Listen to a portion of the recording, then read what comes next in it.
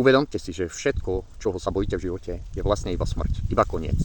Nič iné. Čiže všetky ostatné veci, čo robíte, každé jedno konanie je motivované strachom zo smrti. A keď človek sa bojí tej smrti, čo je len podvedome, tak robí hlúposti, robí hlúpe rozhodnutia a tým pádom žije hlúpy život. Čas mu uteká tak či tak, no ale tým si to neuvedomíte, ako povedal Jung, alebo napísal Jung.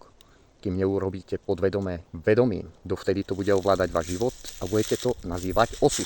Ale nie je to osud, je to iba vaše podvedomie, ktoré sa bojí a ktoré vás núti robiť hlúpe rozhodnutia, hlúpe konanie, na základe ktorého strácate životný čas a plánujete, keď bude toto, budem toto, keď bude tamto, pôjdem tam. Potom, keď deti odrastú, robím toto, o 5 rokov tamto, splatím toto, kúpim si toto, začnem cvičiť vtedy, jesť zdravo vtedy, prestanem fajčiť vtedy, ožením sa vtedy, rozvediem sa vtedy a neviem, aké šialené nápady ešte dáva ten mozog.